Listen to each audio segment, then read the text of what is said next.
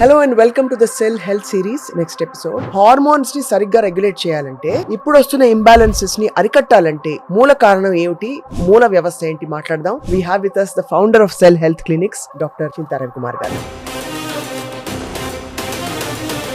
అసలు హార్మోన్స్ ఏం role play చేస్తాయి మన బాడీలో? 50 పైగా హార్మోన్స్ ఉంటాయి. Basically they are messengers. ఎప్పుడైతే ఎండోక్రైన్ గ్లాండ్ హార్మోన్ బ్లడ్ లోకి సెక్రీట్ చేస్తుంది, అట్లా కాకుండా సెల్స్ రెస్పాండ్ అవ్వని పరిస్థితిలోకి వచ్చినప్పుడు హార్మోనల్ ఇంబ్యాలెన్స్ జరుగుతాయి. అర్ధరాత్రి చాలా మందికి ఆకలేస్తుంది, కడుపు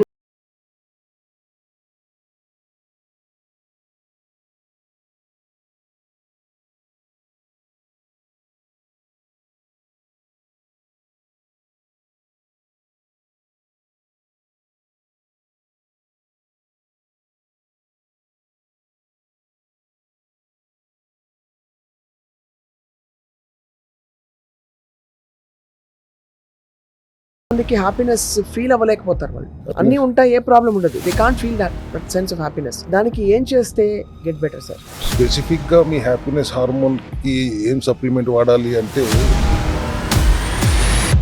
ముందు ఏమీ అవసరం ఉండేవి కాదు, బట్ బికాస్ మనం తినే ఆహారంలోనే ఇవాళ మనకి ఆహారంలో పోషకాలు ఉండట్లేదు కాబట్టి స్పెసిఫిక్ గా ఉంటుంది. అండ్ మైక్రోన్యూట్రియన్ యాంటీ ఆక్సిడెంట్స్ లాగా గొప్ప పనిచేస్తాయి కాబట్టి.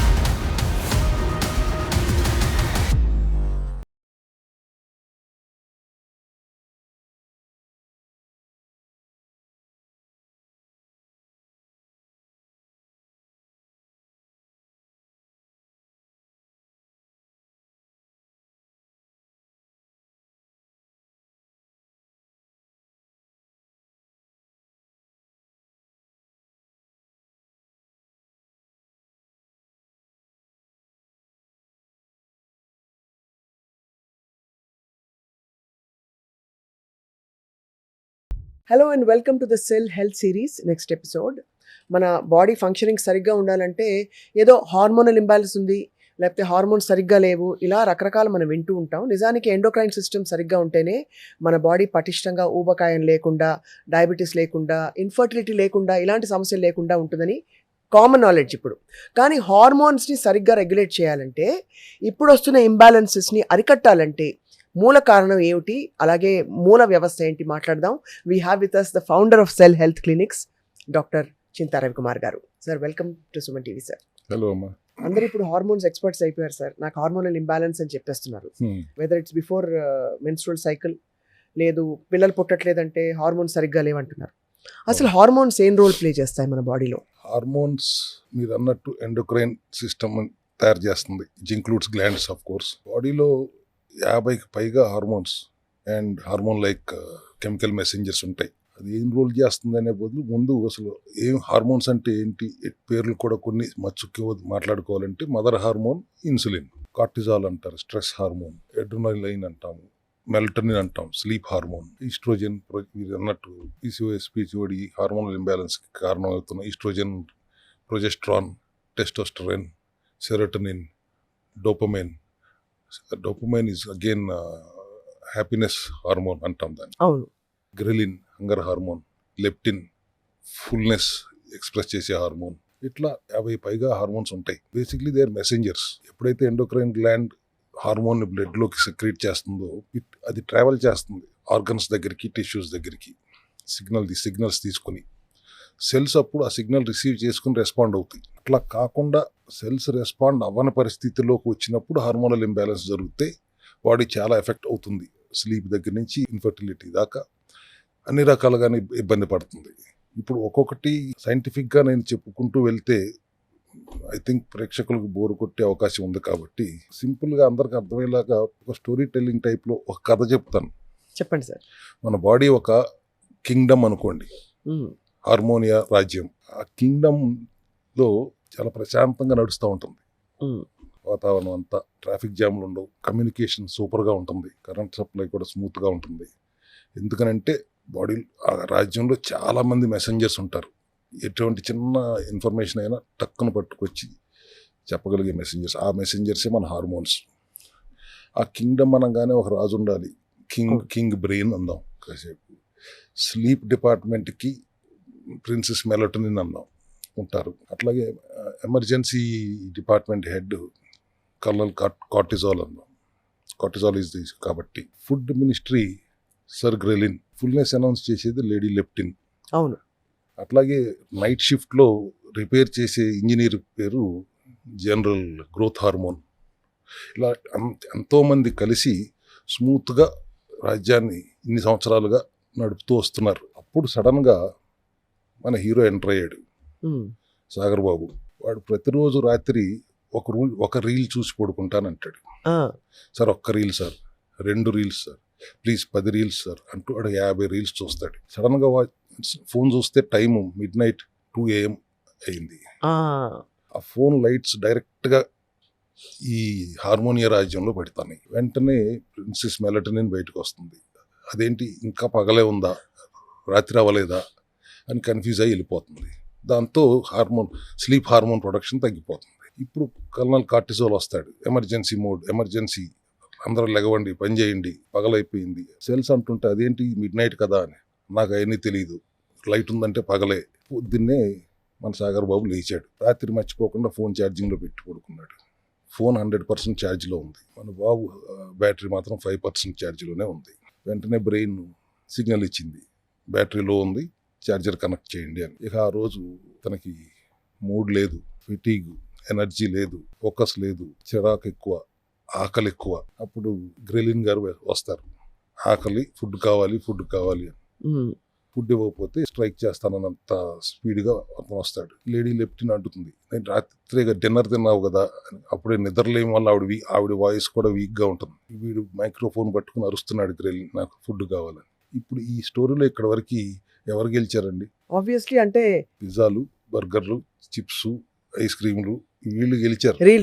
రీల్స్ వలన గెలుచుకున్నారు. అవును. లాస్ట్కి వచ్చేది ఎవరండి? డ్యూక్ డోపమిన్ వస్తాడు. అక్కడ ఒక కేక్ పేస్ట్రీ చూడంగానే ఇది హ్యాపీనెస్ అంటాడు, ఐస్ క్రీమ్ చూడంగానే ఇది కూడా హ్యాపీనెస్ అంటాడు, డబుల్ క్రీమ్ అనగానే డబుల్ హ్యాపీనెస్ అంటాడు. Brain ultimately I'm the king here, అవన్నీ అర్జెంట్గా నాకు పెట్టండి అని అడుగుతుంది. స్టమక్ ఏమో నన్ను అసలు ఎవరు అడగరా అని అడుగుతుంది.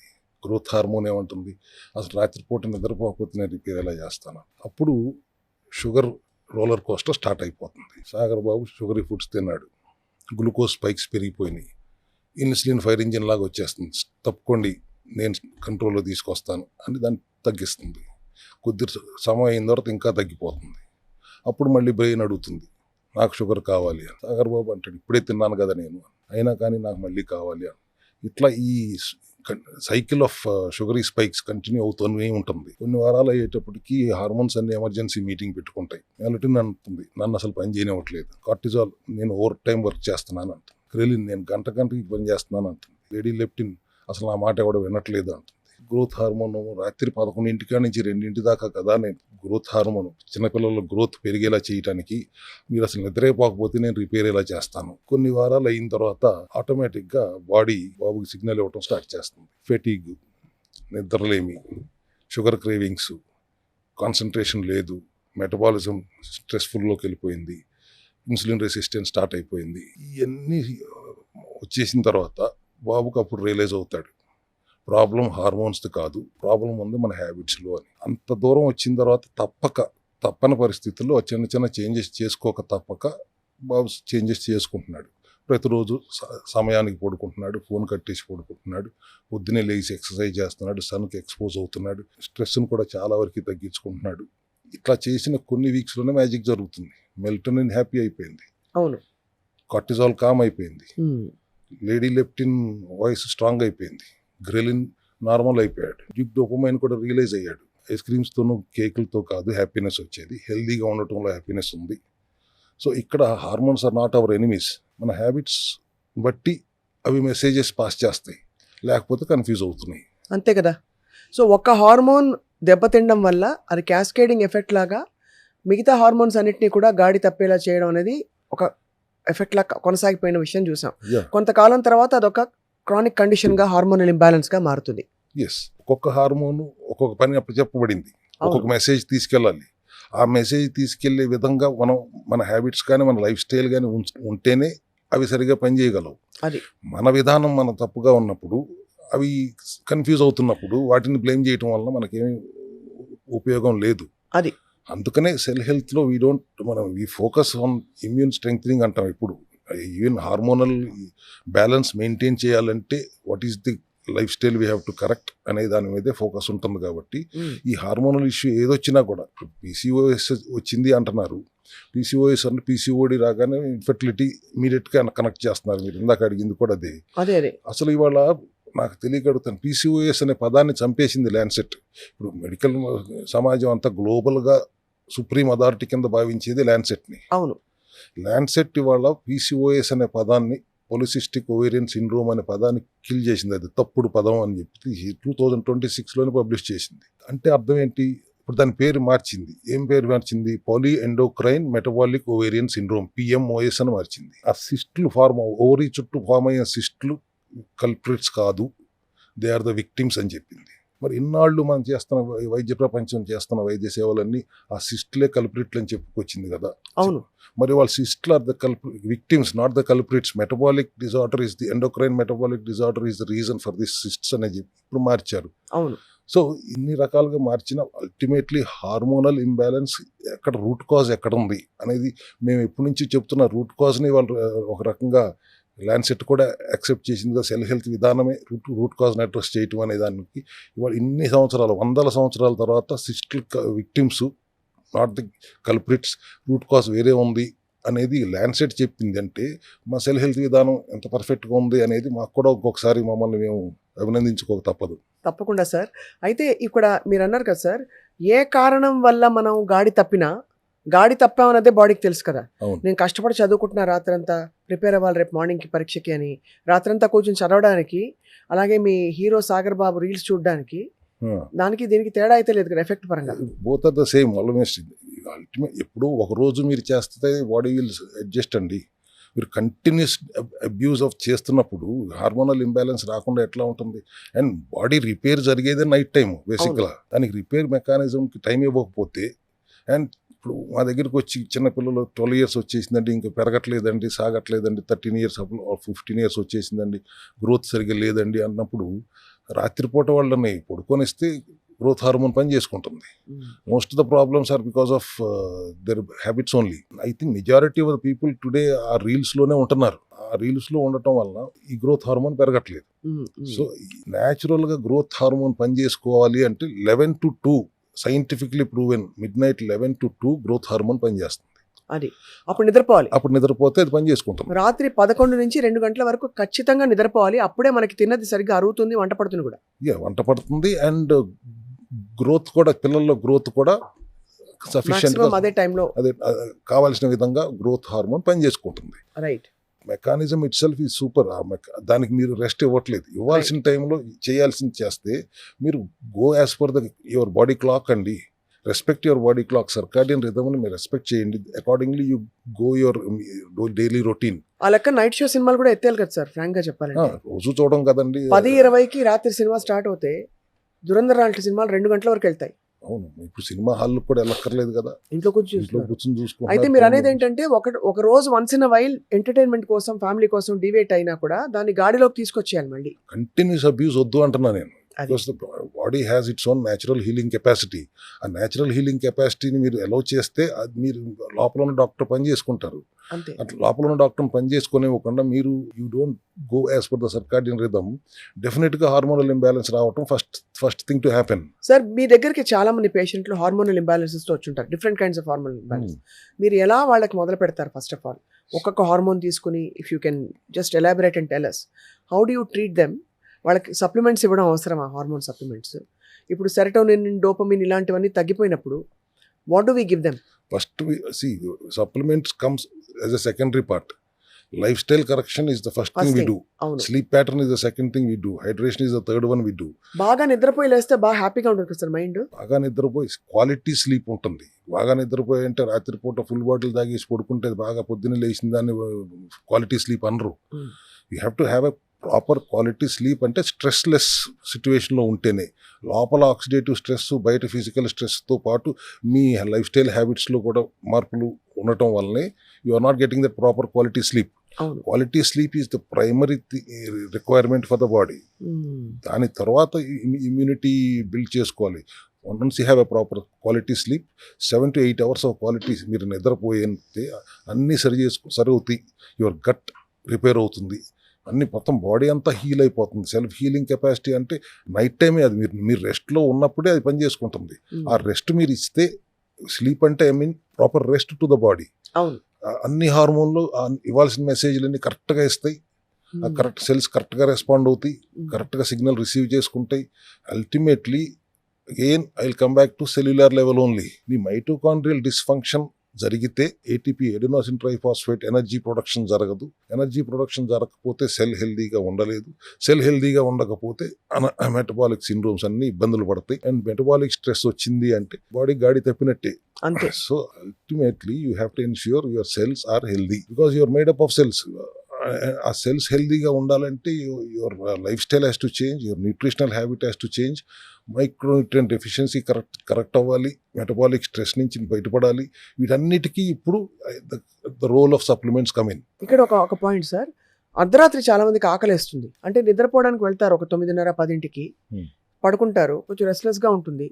ఒక 40 minutes 45 minutes తర్వాత ఏంటో కడుపు ఫుల్గా లేదు, ఏదైనా కాప్స్ తినాలని క్రేవింగ్స్ వస్తాయి. అది దేనివల్ల వస్తుంది సార్? ఇప్పుడు ఆకలి లేకపోయినా వస్తాయి అవి, అది వాడికి రొటీన్ అలవాటు అయిపోయింది.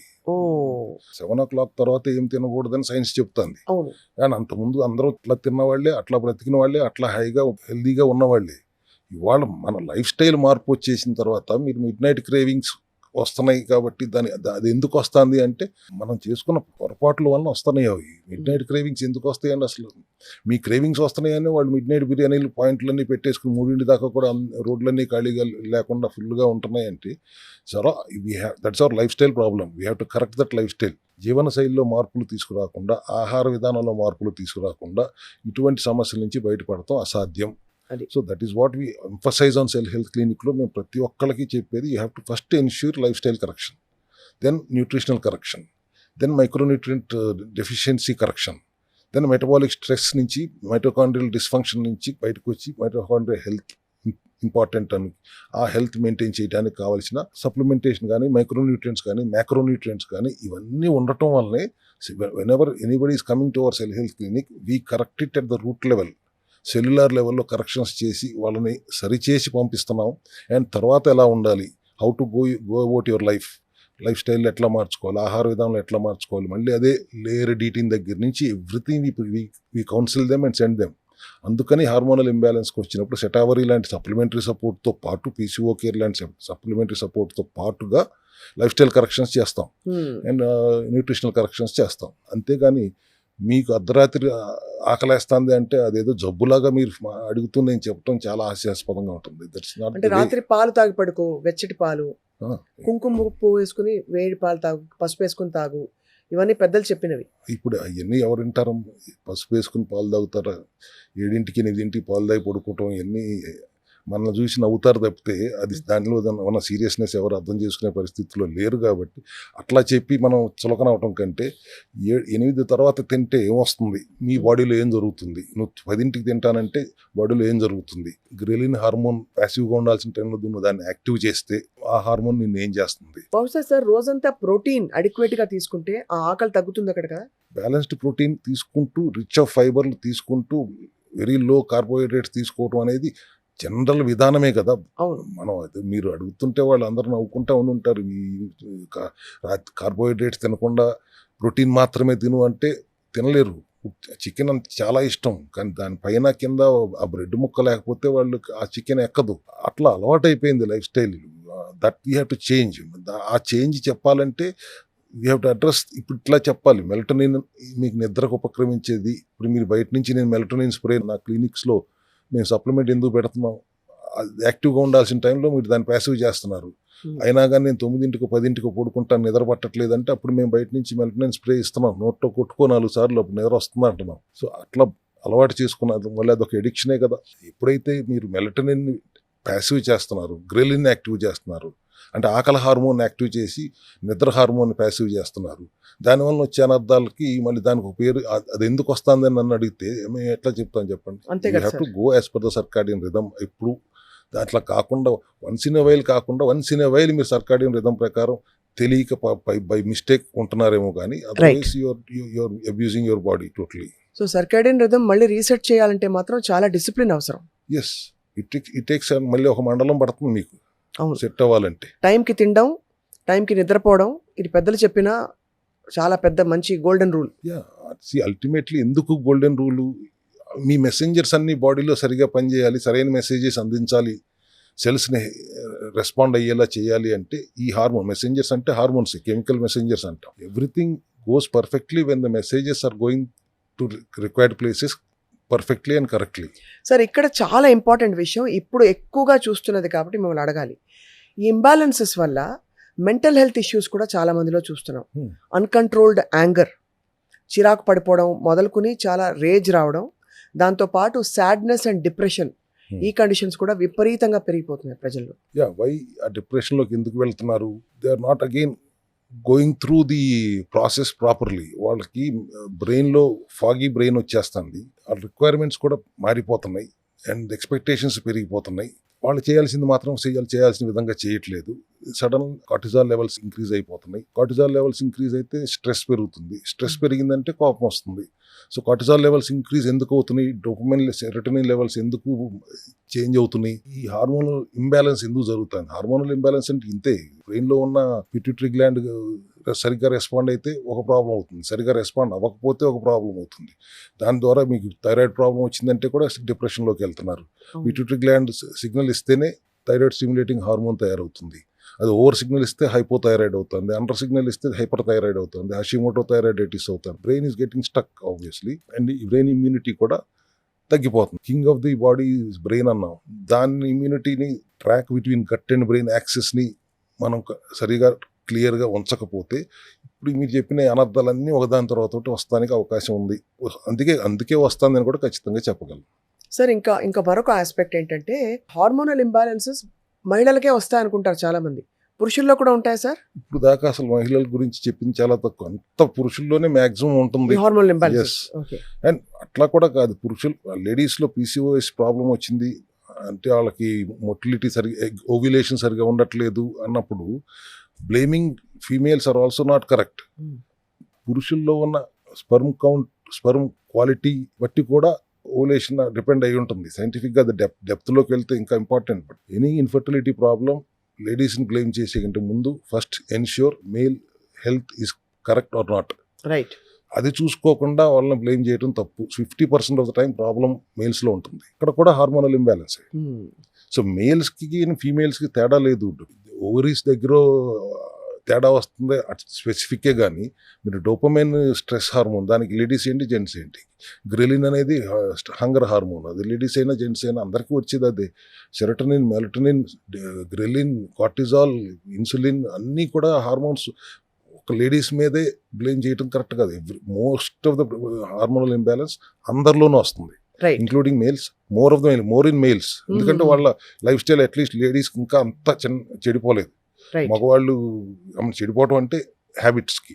అదే ఆ డోపమైన్ రిలీజ్ చేయడానికే సార్ చాలా మంది దే వాచ్ ఇన్స్టెంట్ రీల్స్, అవి ఒక హై రావడానికి, హైప్ క్రియేట్ అవ్వాలి కాబట్టి వాళ్ళు అది నార్మల్గానే అవుతుంది. బట్ నువ్వు యువర్ అబ్యూజింగ్ యువర్ బాడీ కాబట్టి అది అవ్వాల్సిన టైంలో అవ్వట్లేదు కాబట్టి మీరు ఇన్స్టెంట్ రీల్స్, ఇన్స్టా రీల్స్ అన్ని చూసుకుంటున్నారు. సార్ ఇప్పుడు కొన్ని నేను చెప్తాను, వాటికి కరెస్పాండింగ్గా ఏం తీసుకుంటే, ఏ సప్లిమెంట్స్ కానీ ఏ ఫుడ్స్ తీసుకుంటే ఇంకో natural reset apart from the lifestyle. ఉదాహరణకి హ్యాపీనెస్ హార్మోన్స్. చాలా మందికి హ్యాపీనెస్ ఫీల్ అవ్వలేకపోతారు వాళ్ళు. అన్నీ ఉంటాయి, ఏ ప్రాబ్లం ఉండదు, they can't feel that sense of happiness. దానికి ఏం చేస్తే they will probably get better sir? Sir happiness hormone అనగానే డోపమైన్ దగ్గరికే వస్తాం. సెరోటోనిన్ ఆల్సో కదా sir? Serotonin and dopamine both are అంటే ఎక్స్ట్రీమ్స్.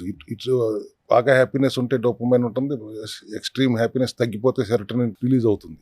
స్పెసిఫిక్గా మీ హ్యాపీనెస్ హార్మోన్కి ఏం సప్లిమెంట్ వాడాలి అంటే మైక్రోన్యూట్రియంట్స్ అన్నీ అవసరం. మ్యాక్రోన్యూట్రియంట్స్ అండ్ మైక్రోన్యూట్రియంట్స్ ఆర్ అవసరం. అంతకుముందు ఏమీ అవసరం ఉండేవి కాదు, బట్ బికాస్ మనం తినే ఆహారంలోనే అన్నీ దొరికాయి కాబట్టి.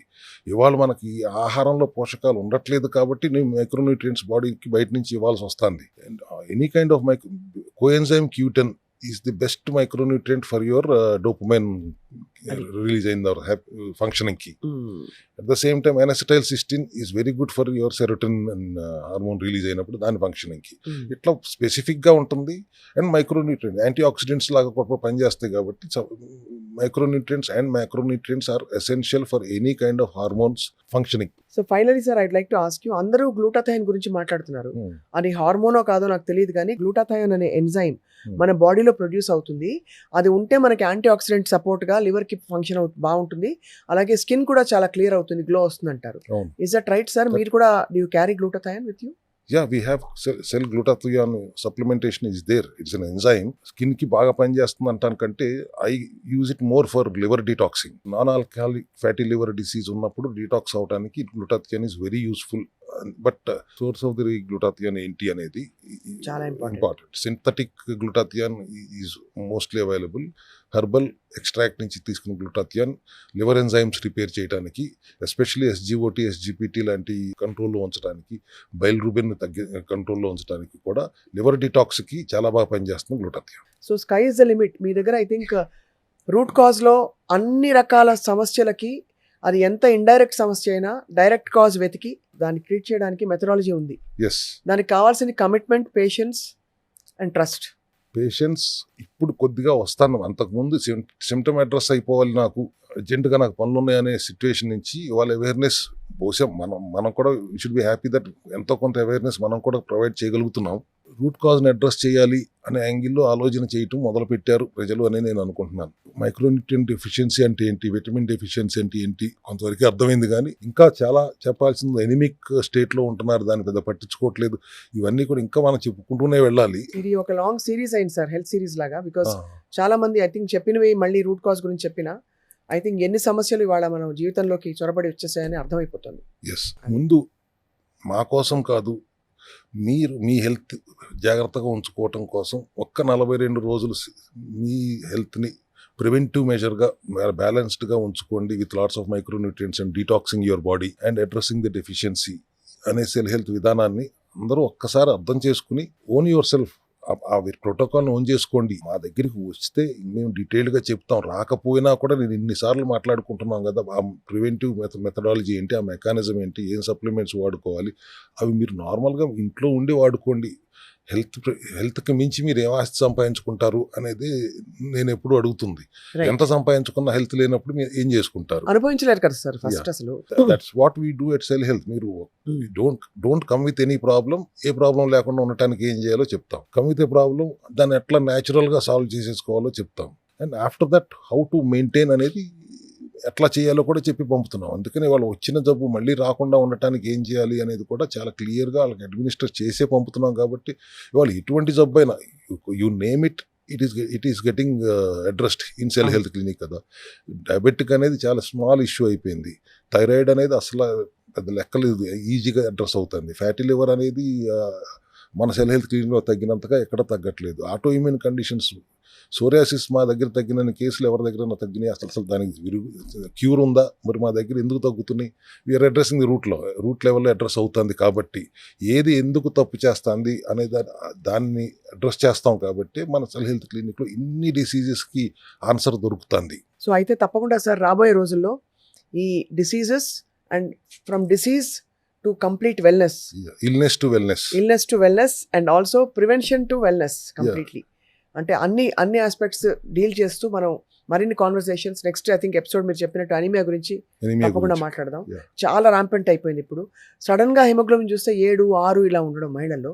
తప్పకుండా దీనికి కూడా పరిష్కారం వెతికి చెప్తాం సార్.